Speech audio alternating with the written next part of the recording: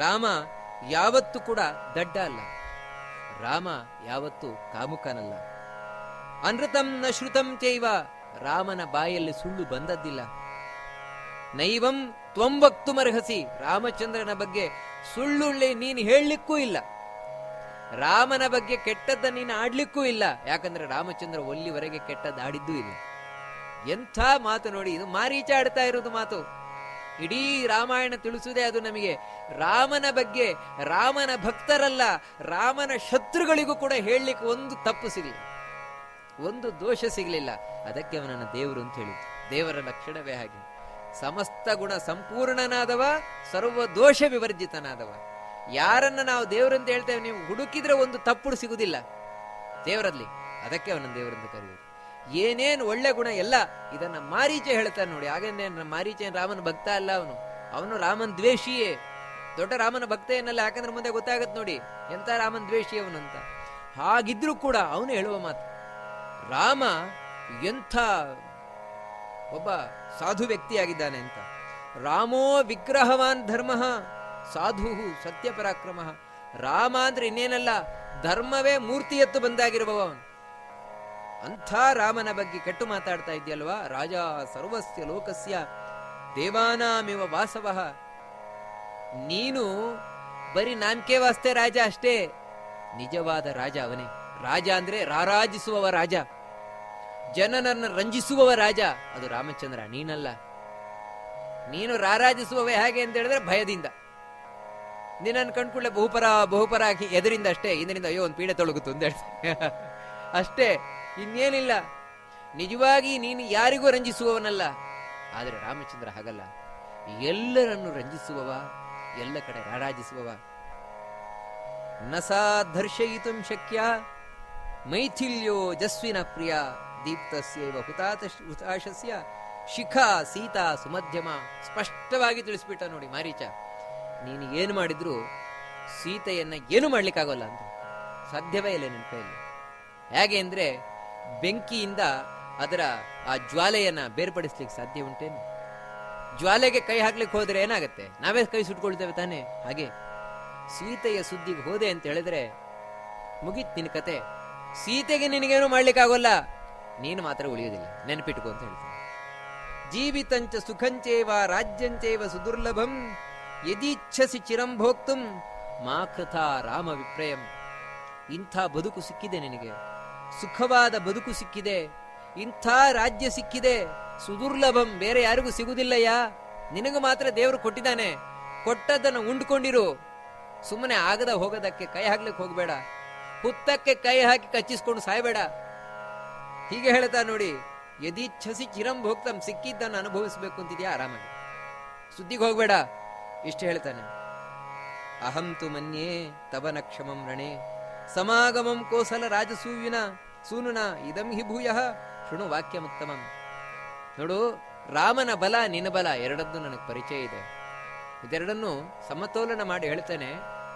ಒಂದೊಮ್ಮೆ ರಾಮನ ಮುಂದೆ ಯುದ್ಧಕ್ಕೆ ನೀನು ನಿಂತೆ ಅಂದ್ರೆ ನೀನು ಏನೂ ಅಲ್ಲ ಅಂತ ಹೇಳ್ಬಿಟ್ಟ ಮಾರಿ.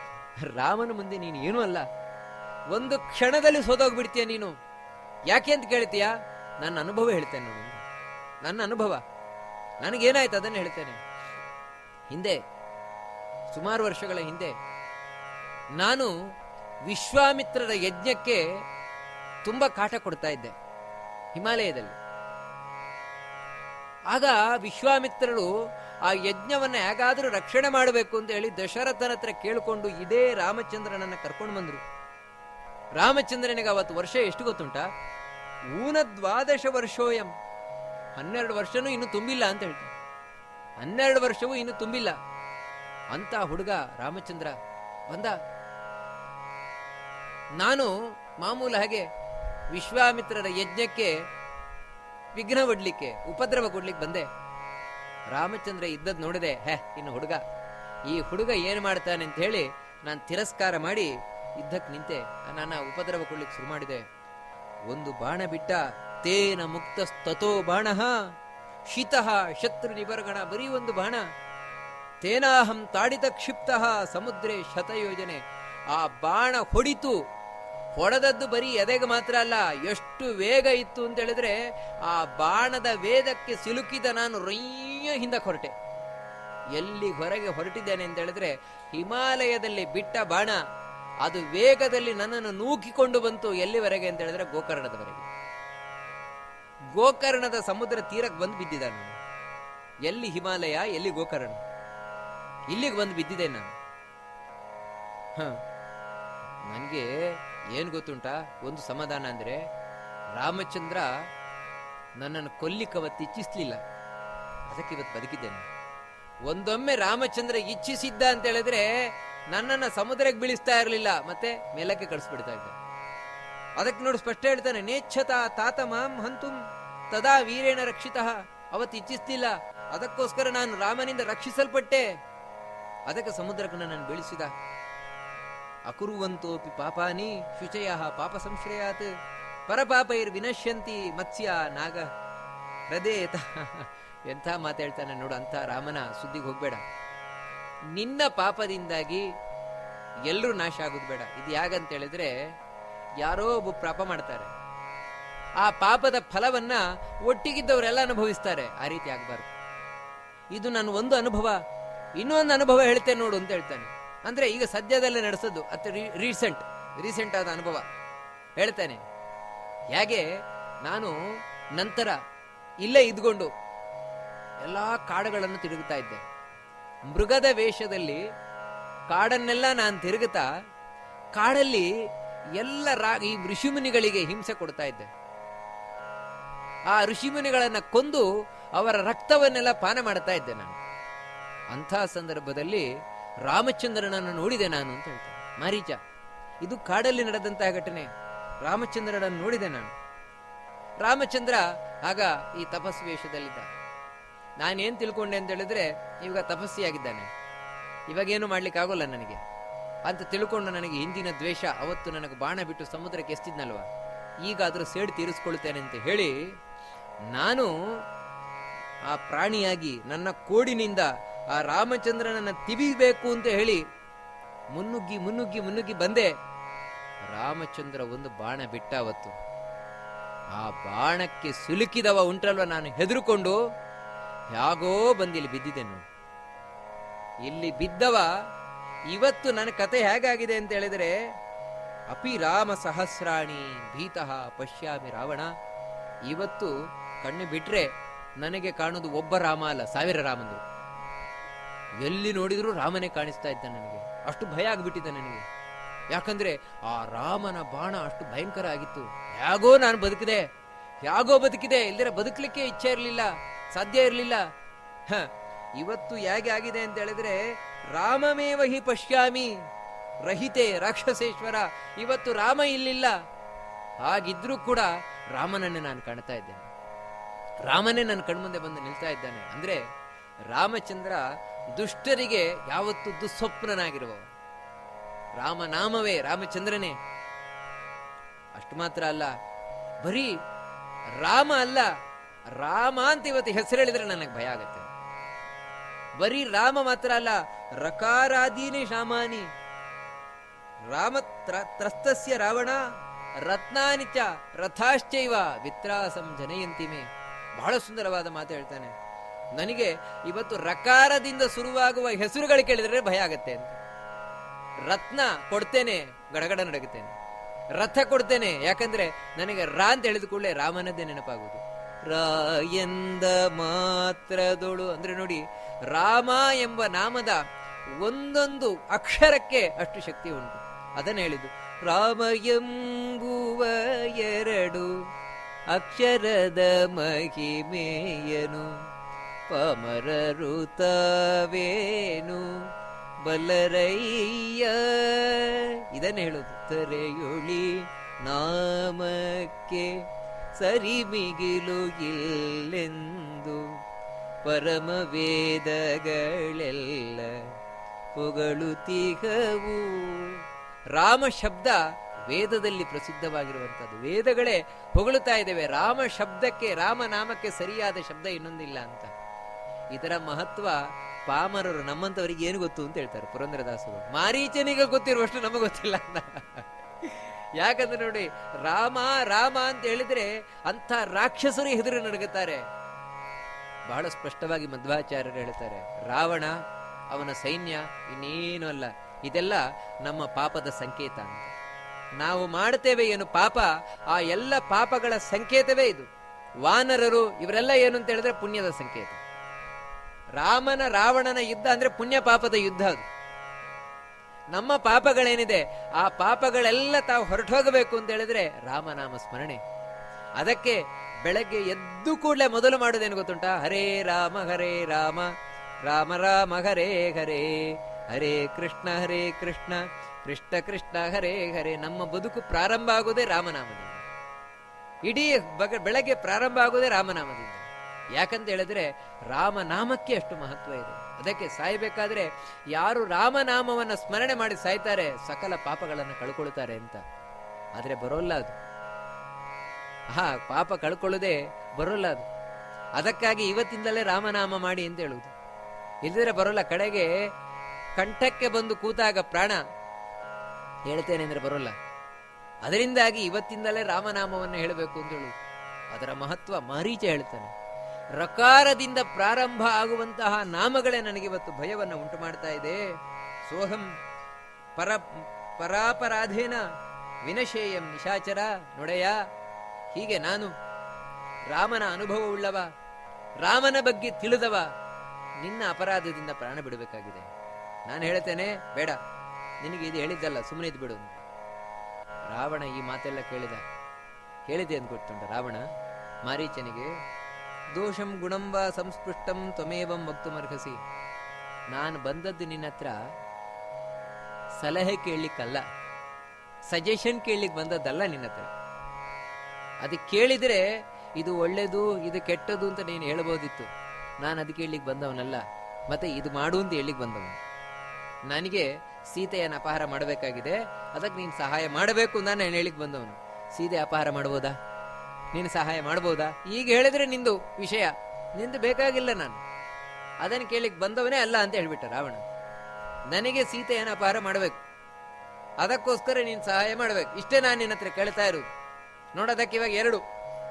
ಒಂದೇನೆಂದ್ರೆ, ಸೀತೆಯನ್ನ ಅಪಹಾರ ಮಾಡುವ ವಿಷಯದಲ್ಲಿ ನೀನು ನನಗೆ ಸಹಾಯ ಮಾಡಿದೆ ಅಂತ ಹೇಳಿದ್ರೆ, ಅದರಲ್ಲಿ ನಾನು ಯಶಸ್ವಿ ಆದೆ ಅಂತ ಹೇಳಿದ್ರೆ ಅರ್ಧ ರಾಜ್ಯ ನಿನಗೆ, ನಂದು. ಏವಂ ಕೃತ್ವ ತ್ರಿದಂ ಕಾರ್ಯಂ ಯಥೇಷ್ಟಂ ಗಚ್ಚ ರಾಕ್ಷಸ ರಾಜ್ಯಸ್ಯಾರ್ಧಂ ಪ್ರದಾಸ್ಯಾಮಿ ಮಾರೀಚ ತವ ಸುವ್ರತ. ಅರ್ಧ ರಾಜ್ಯ ನಿನಗೆ ಕೊಟ್ಟು ಬಿಡ್ತೇನೆ ಅಂದ್ರೆ, ಅರ್ಧ ರಾಜ್ಯ ಅಂದ್ರೆ ಒಂದು ತುಂಡು ಕೊಟ್ಟು ಬಿಡ್ತೇನೆ ನಿನಗೆ. ಇಲ್ವಾ? ಮಾಡೋದೇ ಇಲ್ಲ, ನನ್ನ ಕೈಲಿ ಸಾಧ್ಯವೇ ಇಲ್ಲ. ನನಗೆ ರಾಮನ ಪರಿಚಯ ಉಂಟು, ನಾನು ರಾಮನ ಎದುರಾಕೊಳ್ಳುವುದಿಲ್ಲ ಅಂತ ಹೇಳ್ತೀಯ? ಸರಿ, ಹಾಗಿದ್ರೆ ಕೇಳು, ಇನ್ನೊಂದು ನಿನಗೆ ಕೊಟ್ಟಿದ್ದೇನೆ. ಏನಂತ ಹೇಳಿದ್ರೆ, ನೋಚೇತ್ ಕರೋಶಿ ಮಾರೀಚ ಹನ್ಮಿ ತ್ವಾ ಮಧ್ಯಮೆ ಅದ್ಯವೇ. ಇಲ್ವಾ? ಈಗಲೇ ನಿನ್ನನ್ನು ಕೊಂದಾಕ್ಬಿಡ್ತೇನೆ. ಸಾಯ್ತೀಯೋ ಅರ್ಧ ರಾಜ್ಯ ಪಡಿತೀಯೋ, ನಿನಗೆ ಬಿಟ್ಟದ್ದು. ಏನ್ ಮಾಡ್ತೀಯೋ ಮಾಡು. ಅದಕ್ಕೆ ಮಾರೀಚ ಹೇಳ್ತಾನೆ, ತೇನ ಮುಕ್ತಸ್ತೋ ಬಾಣ ಶಿತಶತ್ರು ನಿಬರ್ಹಣ ತೇನಾಯಂ ತಾಡಿತ ಕ್ಷಿಪ್ತ ಸಮುದ್ರೇಶ. ಅದಕ್ಕೆ ಹೇಳ್ತಾನೆ, ಆಯ್ತು, ಖಂಡಿತ ನಾನು ಇಲ್ಲಿ ಸಾಯುವುದಕ್ಕಿಂತ ಅಲ್ಲಿ ಹೋಗಿ ಸಾಯ್ತೇನೆ, ರಾಮಚಂದ್ರನ ಹತ್ರ ಸಾಯ್ತೇನೆ. ಯಾಕಂದ್ರೆ ರಾಮಚಂದ್ರ ನನ್ನನ್ನ ಕೊಂದು ಕೂಡಲೇ ಅಲ್ಲಿಗೆ ಕಥೆ ಮುಗೀತು ಅಂತ ತಿಳ್ಕೊಳ್ಬೇಡ. ಯಾಕಂದ್ರೆ ರಾಮಚಂದ್ರ ಮೊದಲು ನನ್ನನ್ನು ಕೊಲ್ತಾನೆ. ರಾಮ ಹೂಡುವ ಎರಡನೇ ಬಾಣವೇ ನಿನಗೆ ಅಂತ ಹೇಳ್ತಾನೆ. ಮಾರೀಚ ಬಹಳ ಸ್ಪಷ್ಟವಾಗಿ ಹೇಳಿಬಿಟ್ಟ ನೋಡಿ. ಮೊದಲ ಬಾಣ ನನಗೆ, ಎರಡನೇ ಬಾಣ ನಿನಗೆ, ಮೂರನೇ ಬಾಣ ಇಡೀ ರಾಕ್ಷಸ ವಂಶಕ್ಕೆ. ಹೀಗೆ ಇಡೀ ರಾಕ್ಷಸ ಕುಲವೇ ಅಲ್ಲಿಗೆ ನಾಶ ಆಗಿ ಹೋಗ್ಬಿಡ್ತದೆ ಅಂತ ಹೇಳ್ತಾನೆ. ಅದರಿಂದಾಗಿ ಸೀತೆಯೇ ನಿನ್ನ ಮೃತ್ಯುವಾಗಿ ಹುಟ್ಟುಕೊಂಡಿದ್ದಾಳೆ. ಸರಿ, ನಾನು ಹೋಗ್ತೇನೆ, ನಿನಗೆ ಸಹಾಯ ಮಾಡ್ಲಿಕ್ಕೋಸ್ಕರ ನಾನು ಹೋಗ್ತೇನೆ. ನಹಿರಾಮಂ ಪರಾಕ್ರಮ್ಯ ಜೀವನ್ ಪ್ರತಿ ನಿವರ್ತತೆ ವರ್ತತೆ ಪ್ರತಿರೂಪೋಸೋ ಯಮದಂಡ ಹತಸ್ಯತೆ. ಹೇಳ್ತಾನೆ, ರಾಮನ ಎದುರಿಗೆ ಯಾರು ಹೋಗ್ತಾನೆ ಅವನು ಜೀವ ಹಿಡ್ಕೊಂಡು ವಾಪಸ್ ಬರುವುದಿಲ್ಲ. ಇದು ನಾನು ಸ್ಪಷ್ಟ ನಿನಗೆ ಹೇಳ್ತೇನೆ.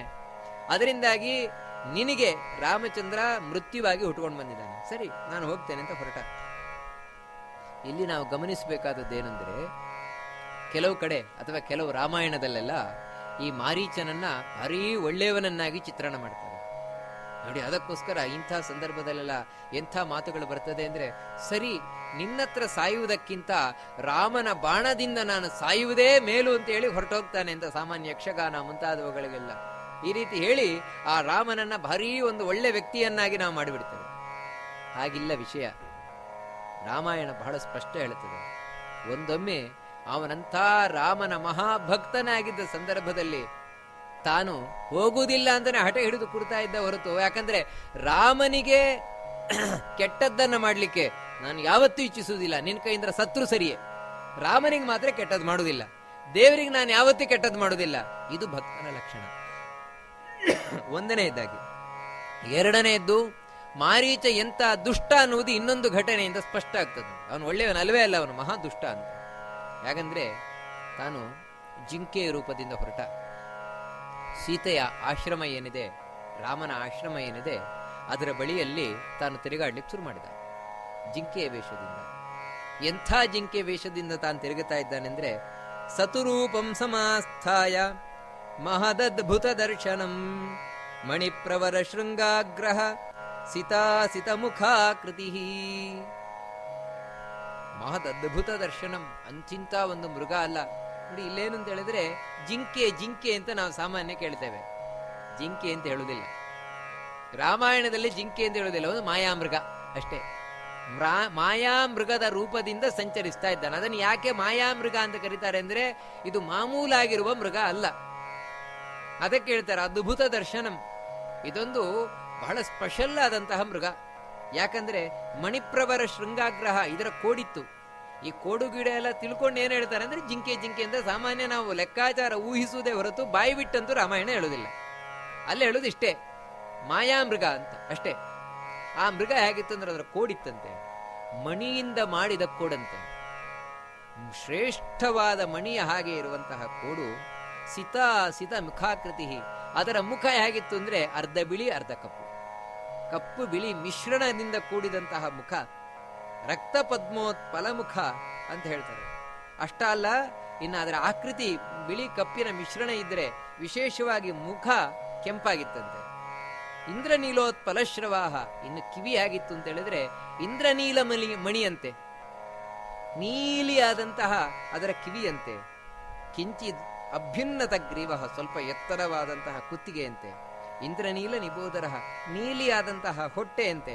ಹೀಗೆ ಆ ಕಡೆ ಈ ಕಡೆ ಪಾರ್ಶ್ವ ಏನಿದೆ ಅಂದ್ರೆ ಹೊಟ್ಟೆಯದ್ದು, ಅದೆಲ್ಲ ಕೆಂಪು, ವಿಚಿತ್ರವಾದ ಬಣ್ಣಗಳಿಂದ ಕೂಡಿದಂತಹ ಒಂದು ಪ್ರಾಣಿ.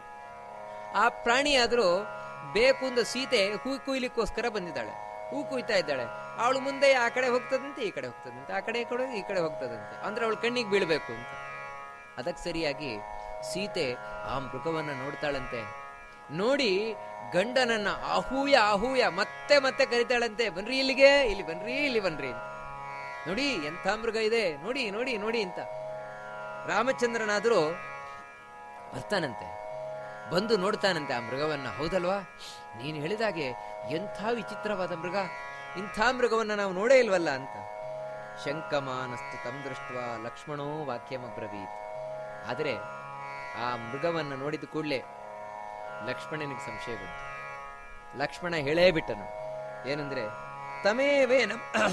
ತಮೇವೇನ ಮಹಂ ಮನ್ಯೇ ಮಾರೀಚಂ ರಾಕ್ಷಸಂ ಮೃಗಂ. ಅಣ್ಣ, ನಾನ್ ತಿಳ್ಕೊಳ್ತೇನೆ, ಇದು ಬರೀ ಮೃಗ ಅಲ್ಲ, ಇದು ಮತ್ತೆ ಇವನು ಮಾರೀಚ ಅಂತ ಬಹಳ ಸ್ಪಷ್ಟ ಹೇಳಿದ ಲಕ್ಷ್ಮಣ. ಇದು ಮಾರೀಚ ಇದು. ಯಾಕಂತ ಹೇಳಿದ್ರೆ ಋಷಿಮುನಿಗಳೆಲ್ಲ ಮಾತಾಡ್ಕೊಳ್ತಾ ಇದ್ರು, ಇತ್ತೀಚೆಗೆ ಮಾರೀಚ ಮೃಗದ ವೇಷದಿಂದ ತಿರುಗುತ್ತಾ ಇದ್ದಾನೆ, ಎಲ್ರಿಗೂ ವಂಚನೆ ಮಾಡ್ತಾ ಇದ್ದಾನಂತ. ಅರೇ ಮಾರೀಚ ಇದು. ಅದು ಹೇಗೆ ಹೇಳ್ತೀಯ ನೋಡು, ಬ್ರಹ್ಮನ ಸೃಷ್ಟಿಯಲ್ಲಿ ಇಂಥದ್ದೊಂದು ಪ್ರಾಣಿಯೇ ಇಲ್ಲ ಅಂತ ಹೇಳ್ಬಿಟ್ಟು ಇಂಥದ್ದೊಂದು ಈ ಎಲ್ಲ ರತ್ನದ ಕೋಡಂತೆ, ಅದರ ಮುಖ ಅಂತೆ, ಇದರಂತೆ ಇಂಥ ಒಂದು ಪ್ರಾಣಿಯೇ ಇಲ್ಲ ನೋಡಿ. ಯಾವತ್ತು ಸಹಜವಾಗಿದ್ರೆ ಯಾವುದೇ ಒಂದು ನಾವು ಸ್ವೀಕಾರ ಮಾಡ್ತೇವೆ. ಇಲ್ಲಿದ್ರೆ ಇವಾಗ ಕಾಫಿ ಬಣ್ಣವೇ ಇರಬಹುದು, ಅದು ಬಿಟ್ಟು ನೀಲಿ ಕಲರ್ ಕಾಫಿ ಕುಡೀರಿ ಅಂತ ಹೇಳಿದ್ರೆ ಕುಡಿತೇವೆ, ಯಾಕಂದ್ರೆ ಇದು ಕಾಫಿ ಹಾಗೆ ಇಲ್ಲ. ಯಾವುದು ಕೂಡ ಅದಿದ್ದ ಹಾಗೆ ಇರಬೇಕು, ಇಲ್ಲ ಅಂದ್ರೆ ಅಲ್ಲಿ ಏನೋ ಇದೆ ಮೋಸ ಅಂತ. ಅದೇ ರೀತಿ ಇಲ್ಲಿ ಮೃಗವನ್ನ ಕಂಡಾಗಲೇ ಲಕ್ಷ್ಮಣ ಸ್ಪಷ್ಟ ಹೇಳಿಬಿಟ್ಟ, ಇದು ಮಾರೀಚನೇ, ಇದರಲ್ಲಿ ಸಂಶಯವೇ ಇಲ್ಲ ಅಂತ. ಅದರಿಂದ ರಾಮಚಂದ್ರ ಗೊತ್ತಾಗದೆ ಹೋದದ್ದಲ್ಲ. ಇದೆಲ್ಲ ಏನಂದ್ರೆ ರಾಮಾಯಣವನ್ನು ಸರಿ ತಿಳ್ಕೊಳ್ಳದಿದ್ರೆ ಏನನ್ನು ತಪ್ಪ ಅರ್ಥ ಮಾಡ್ಕೊಂಡು ಬಿಡ್ತೇವೆ. ಗೊತ್ತಾಗಿದೆ ರಾಮಚಂದ್ರನಿಗೆ, ಹಾಗಿದ್ರೂ ಕೂಡ ಲಕ್ಷ್ಮಣನ ಮಾತಿ ಕಿವಿಯೇ ಕೊಡುವುದಿಲ್ಲ. ಇನ್ನು ಸೀತೆಗೆ ಹೇಳ್ತಾನೆ, ಹೌದಲ್ವಾ, ಎಷ್ಟು ಚೆನ್ನಾಗಿದೆಯಲ್ವ ಮೃಗ ಅಂತ. ಅದಕ್ಕೆ ಸರಿಯಾಗಿ